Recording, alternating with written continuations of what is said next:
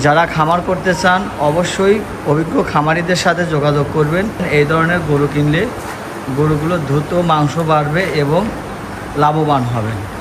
গরুগুলো না হয়ে গেছে প্রায় 1 মাস 6 দিন। 1 মাস 6 দিনে কীরকম পরিবর্তন আসছে সেটাও আমি আপনাদের দেখাতেছি। আসসালামু আলাইকুম প্রিয় বন্ধুরা, কেমন আছেন? আশা করি সবাই ভালো আছেন। আলহামদুলিল্লাহ, আল্লাহর অশেষ মেহেরবানিতে আমি অনেক ভালো আছি। প্রিয় দর্শক, চলে আসলাম আমার হলিস্টিয়ান ফ্রিজিয়ান জাতের যে নতুন গরুগুলো আমি কিনছি সেই গরুগুলোর ভিডিও নিয়ে। দেখেন প্রিয় বন্ধুরা, আমার গরুগুলো কীরকম দেখতে। দেখেন আমার প্রত্যেকটা গরুর মাজা এবং দাঁড়া আলহামদুলিল্লাহ 100 আমার কোনো একটা গরু, কোনো এক ভাই আমাকে এ পর্যন্ত বলতে পারে নাই যে সাগর ভাই যে গরুগুলো কিনেন গরুগুলো আমার পছন্দ না। আমার গরুগুলো মাশাআল্লাহ অনেক সুন্দর দেখতে এবং কালারও যেরকম, চামড়াটা সেরকম। আমি চামড়া টেনে টেনেও আপনাদের দেখা দিছি। এরা দেখেন মাশাআল্লাহ অনেক সুন্দর। গরুগুলো না হয়ে গেছে প্রায় 1 মাস 6 দিন। 1 মাস 6 দিনে কীরকম পরিবর্তন আসছে সেটাও আমি আপনাদের দেখাতেছি।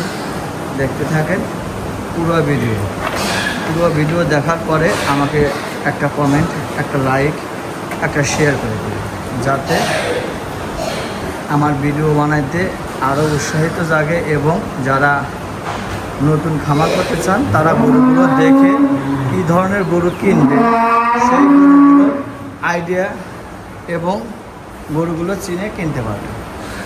এই জন্য শেয়ার করে দিতে বলি আমি, কারণ আমার ভিডিও দেখলে শুনলে অনেক কিছুই শেখার আছে এবং বোঝার আছে। দেখেন মাশাআল্লাহ অনেক সুন্দর সুন্দর গরু।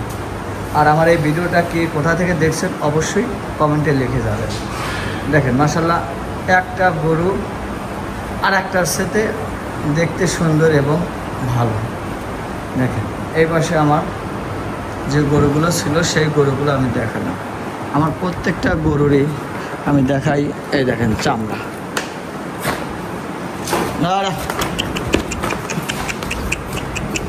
ভাই করিসকে দেখেন একদম রসুনের চামড়ার মতো পাতলা। মাশাআল্লাহ সবগুলো গরুই কিন্তু আমি আপনাদের দেখালাম। আর যারা আমার কাছ থেকে মেডিসিন এবং দানাদার নিতে ইচ্ছুক অবশ্যই আমার সাথে যোগাযোগ করবেন। আমার নাম্বারটা ভিডিও স্ক্রিনে দেওয়া থাকবে।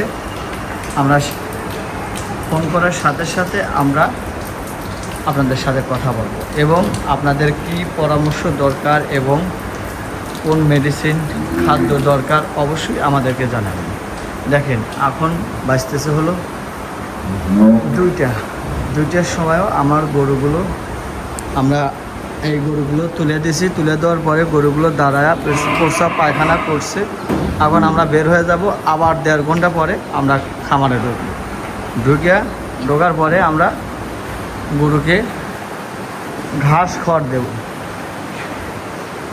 এই 2টা গরু পায়খানা করছে সেটা পরিষ্কার করব।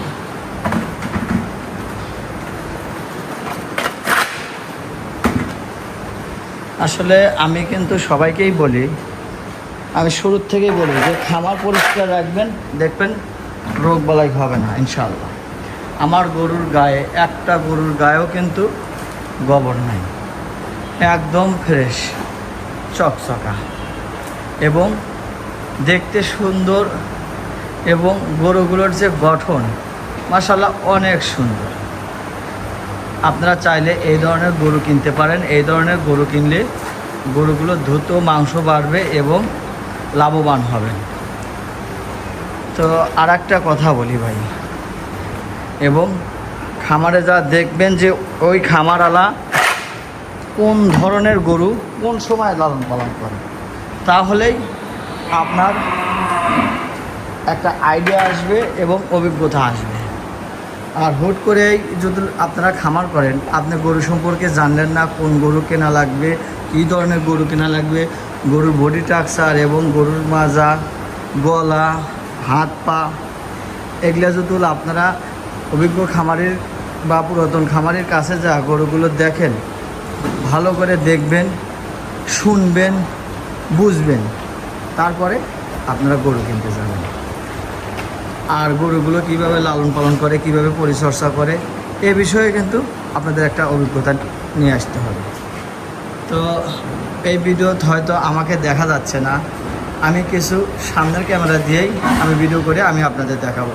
কারণ অনেক ভাইরাই আছেন যে আমার চেহারা না দেখলে ভিডিও দেখতে চান না, সেই জন্য আমরা এখানেই বিদায় নিচ্ছি। আমরা যত ভিডিওটা আমি নিজেই করতেছি, এই জন্য আমার চেহারা হচ্ছে না, তো আমি এর ভিতরে আমি হালকা পাতলা মনে করেন যে আমি আসব। তো এই ছিল আজকের আমার ভিডিও। দেখা হবে পরবর্তী ভিডিও। ভালো থাকবেন, সুস্থ থাকবেন, সবার জন্য দোয়া রইল এবং শুভকামনা রইল। আসসালামু আলাইকুম, আল্লাহ হাফেজ।